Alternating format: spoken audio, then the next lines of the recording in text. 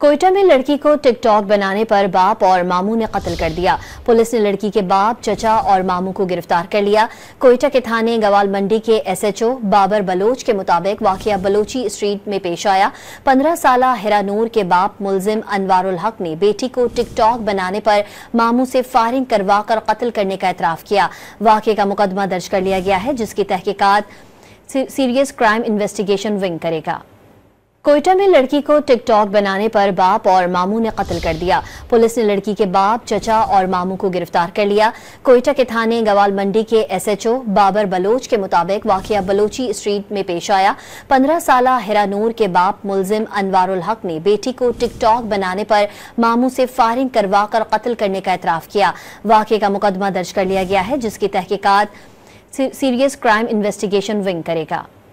कोयटा में लड़की को टिकटॉक बनाने पर बाप और मामू ने कत्ल कर दिया। पुलिस ने लड़की के बाप, चचा और मामू को गिरफ्तार कर लिया।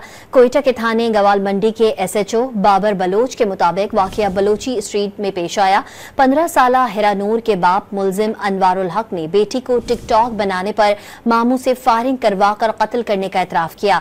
वाकये का मुकदमा दर्ज कर लिया गया है, जिसकी तहकीकात सीरियस क्राइम इन्वेस्टिगेशन विंग करेगा।